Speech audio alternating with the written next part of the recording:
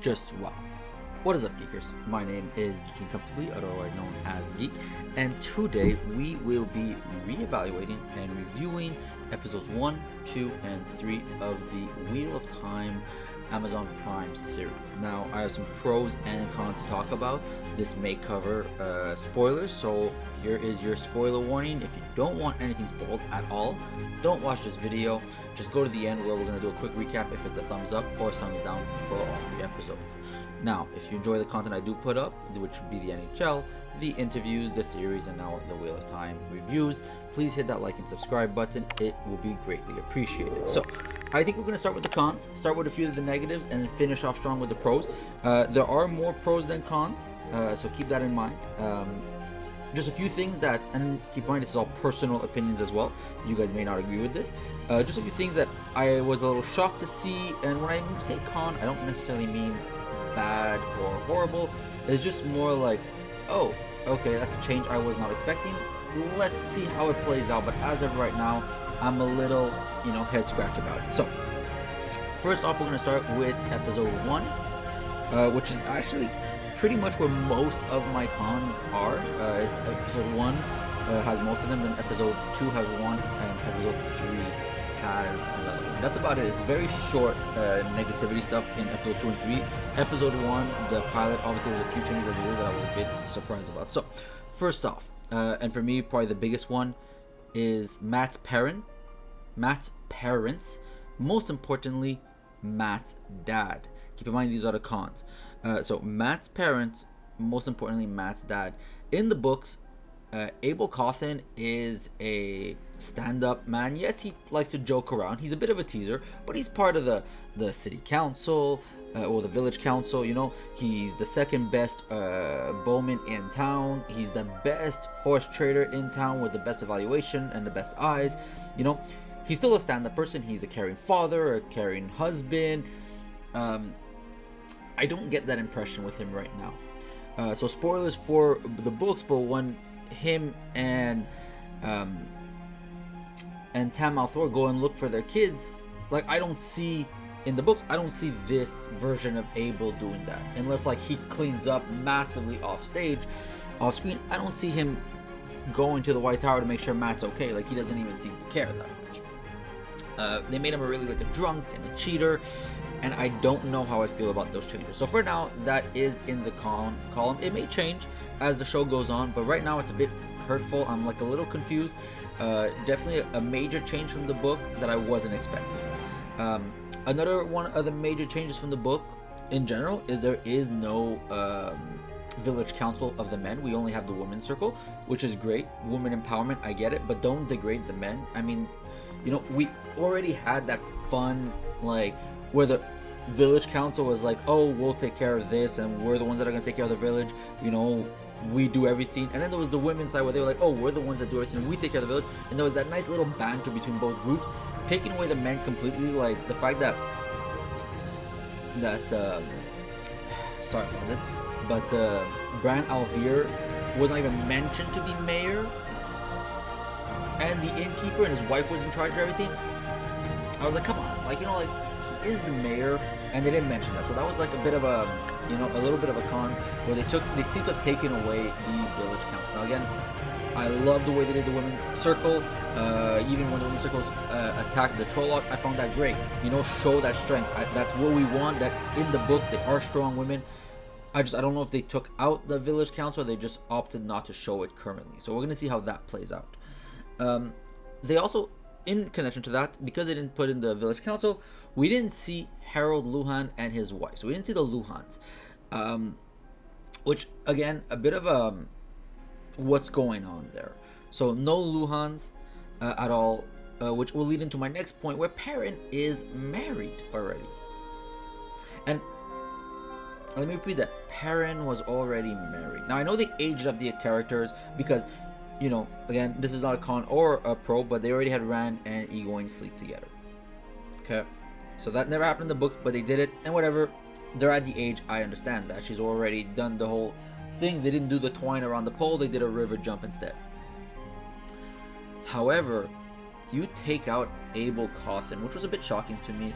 Abel Cawthon, you made him a drunkard, and then you take out the Luhans. Now, Perrin and his wife are now in charge of the forge. They're the ones that are the blacksmiths of the town. So it looks like they merged the Luhans with Perrin's story. Now, I don't know, there was no mention of Perrin's brothers or family. They only mentioned his parents. So that's another thing. How will they introduce that later on? You know, spoilers for later on in the books. You know, how will they play that off? So those are the two current cons, like Matt's parents, the Luhans, Perrin being married, and the village council. I want to see how they're going to play that out further on, if it's going to be introduced or if they found a way to make it work without having them in. Like I said, it's a 50-50 for me. I'm not 100% certain, and that's kind of my fear. I just have to see how they play it out. So that's already most of my cons. There's one more con in episode 1 that they do introduce later on anyway, so it's not the end of the world, but the fact that I didn't see Tom in the first episode kind of worried me, because that trust that everyone builds with him, from escaping the two rivers, going through Shadar Largoth, and then moving on where he even defends them against the Fade. Huge moments, you know. Now, granted, the Fade thing might still happen, but the fact that he wasn't there during Shadar Largoth, he wasn't there during the two rivers, you see in right away when they introduced him in episode 3, there's that tentativeness, there's that fear against him, which is normal. But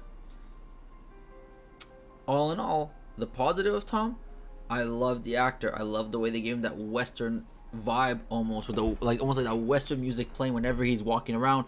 I think it's fantastic. He does make me think of that type of person, you know, in the books and everything.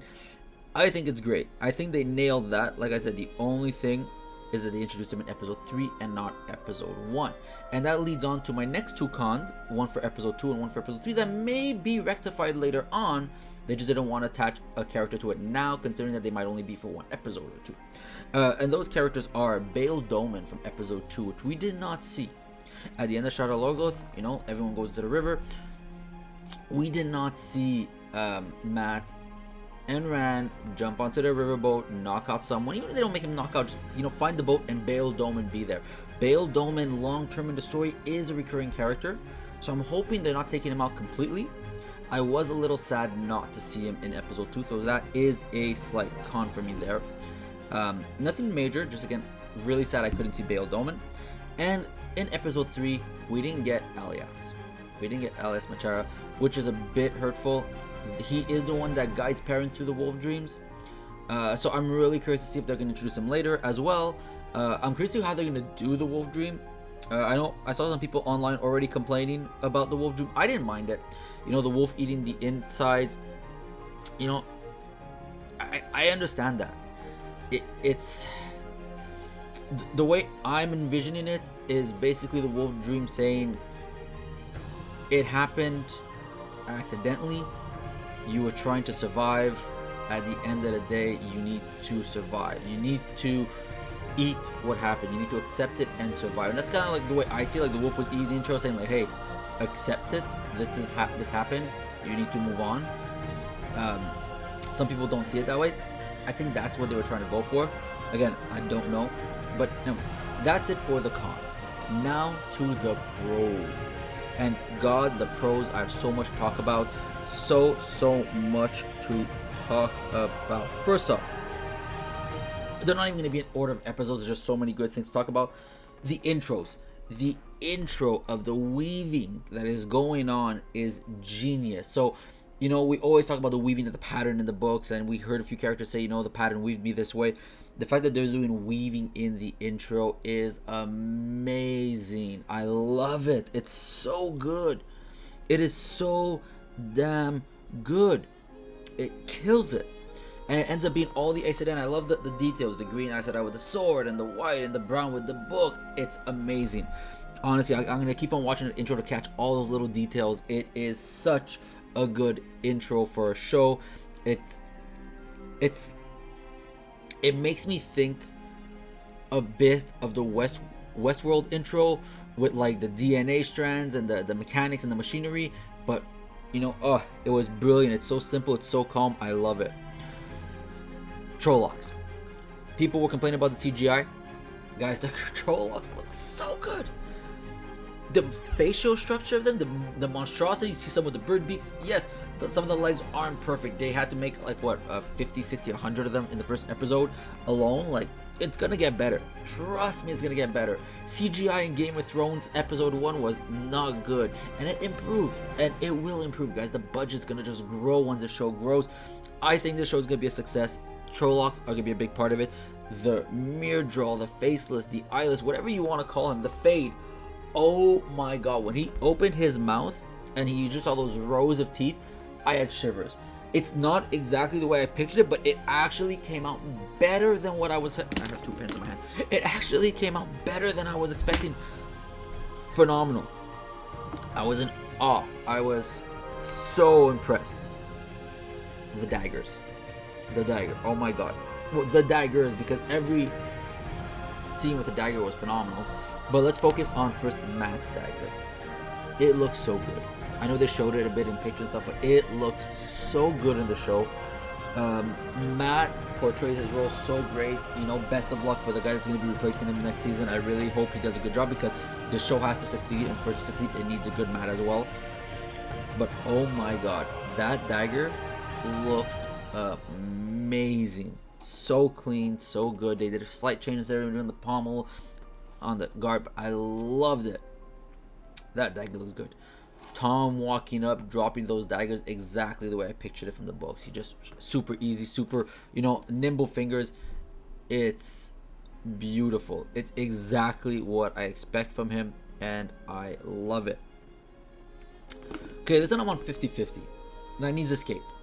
I love that she escaped. I love the way she did it. It's showcasing her skills as a tracker and as a survivalist, which we know she has from the books. The only issue is her outrunning the Trolloc. They run as fast as horses. She should not have been able to outrun it. It should have been able to catch up to her. Now that it had slipped or something, fine. But the amount of time it took for it to react, I don't think was enough. And that's the biggest issue. So that's definitely something that bothered me a bit, but in general, the escape was phenomenal. I think the way she did it, her running, the hiding in the water, really smart, using the water against its sense. It smells genius. Introducing Logain so early. Awesome. I love the character. I love the actor. My biggest thing about it is in the books, they only capture Logain once Rand declares himself. And I did say there were spoilers in this, so keep in mind, spoilers for the book and the show. Once the Dragon Reborn declares himself, then he should have been caught. So they caught him now. I know in the trailers they show him escaping a few times. I'm still a little skeptical. Just a little bit, because even if he escapes, he's not going to reform his army again. And that's why I'm a little like, okay, how are they going to play it out? But love the look of him. That look he gives Moiraine at the end of episode 3 is bone chilling and brilliant. The Tinkers, the Tuathalan, fantastic, genius characters. I wish there was a bit more color. I love the Mastiffs, the big dogs. They're a bit bigger than wolves. It's exactly what they needed to do. It was genius. I don't know if they took purposely smaller wolves so they don't have to get oversized dogs, but it was genius. The dogs looked intimidating in the fog. It was perfect. Big fan of the Tuathalan. I like Aram so far. Very curious to see how he's gonna play out and become, as he does in the books. Again, spoilers for the books and the TV show in the future. I'm very curious to see how he's gonna turn out as Perrin's assistant. And even if they go down that story, I don't know if they're gonna use that storyline anymore, because now Perrin lost his wife. Will Fail T. Bashir be in it? That is the question. Will Fail be there? Dark Friends. Wow. We got 2 in the first 3 episodes. Okay. One of them is kind of obvious if you really pay attention to the episode. Episode 1. But they kind of didn't really say anything. But that one was fantastic. I'm not going to go too much into detail on that one. I'm going to keep that one a secret just in case nobody caught that one. But Dana, great job. She kind of accompanied all of them. Like I said, it was sort of bothered me that there were certain things that didn't really match up. Like I was hoping to see the little farm boy get punched in the nose, the girl in the barn, but Dana did a great job. Very proud of her. I think that was a spot on casting and a spot on job. And that knife throw at the end that just punctures through her throat, so clean. I actually started like jittering up in my seat. I'm like, oh my goodness, Tom is back. I loved it. I honestly loved it. And my last pro, like I said, more pros. 1, 2, 3, 4, 5, 6, 7, 8 pros. 2, 1, 2, 3, 4, 5, 6 negatives. Like I said, the negatives, a lot of them are intertwined. But guys, the white cloaks, I already love to hate them, and that is a phenomenal thing to do. That within the couple of minutes they showed them on screen, I love hating them. I love hating the questionnaire. The questionnaire. Oh my god, he is amazing. The whole white cloak, the way they look, their attitude is phenomenal, and I'm so excited to see it play. Now, obviously, every cast member is a hit. I was always a bit skeptical at the beginning, seeing how everyone was going to play out their roles. Perrin, 10 on 10. Matt, 10 on 10. Like I said, best of luck to the guy who's replacing him. Rand, 10 on 10. He's got the looks, he's got the height, the way he talks. I love it. Egwene, I'm going to give it to her, 10 on 10. And you know what? All the more to the actor, I think it's Madeline. All the more to her, because in the books, I am not the biggest fan of Egwene. I don't like her attitude all the time. And she portrays exactly that attitude that at some point while I'm watching, I'm just like, yeah, I don't like you right now. And I'm like, you know what? You're doing a great job. It was literally reminiscent of Draco Malfoy from Harry Potter. Like, you like the character, and sometimes you hate the character because the actor's doing so also, you know, top notch. Big fan of Nynaeve. I need that braid tug. We got a braid flip. I want to see a braid tug. You know, she hasn't shown that anger yet. I want it to pull through. Let's go. She's a wilder that controls her flow through anger. Show that anger. Use the braid tug. Lan, fantastic. Daniel Henning is killing it. A great casting. I love the way he is, the way he speaks. He's fully focused on Moiraine. He doesn't really care much right now about the kids. It's exactly what you expect. You want that connection to develop. It's perfect. And Rosamund Pike, she's killing it. We know she's a good actress. She was in the James Bond. She's done a bunch of other projects. She is doing phenomenal, and I really enjoy her portrayal of Moiraine so far. You know, at first I was a bit skeptical when they said they weren't going to do the agelessness. It doesn't bother me at all. Actually, it looks really good. Leandra, was it Leandra there? Oh my god, I finished watching the episodes at like 1 in the morning. Sorry. The Red Aja sister. God, I was killed it. That face. I look at her face and I'm like, I want to punch that face, which is the exact same thing I want to do the entire time during the books. I'm like, I hate you so much. It's phenomenal, and that's nothing against the actress. It's just the way she portrays the role. You're like, I want to punch you. I don't like you. And from the beginning, when she's just like, all right, and you're just like, oh my goodness, yes. So a lot of pros, not a lot of cons. 3 episodes in. Next review is going to be next Friday. I'm going to be releasing the reviews all the time as soon as possible. I'm not sure to do them in the mornings. So now I watched all 3 episodes. I finished late. Usually going to be 1 episode. So I'll be able to do the review right after and post it in the morning. So thank you for watching, guys. I loved it. I hope you guys enjoyed it. Now I got to make a quick thumbnail for you guys and post this up. Pros, cons, spoilers were done. I'm so excited. I am so freaking excited. So thank you guys. Have a good one. And I'll see you all next Thursday when we watch episode 4 together on Watch Party on Twitch. Take care, Geekers.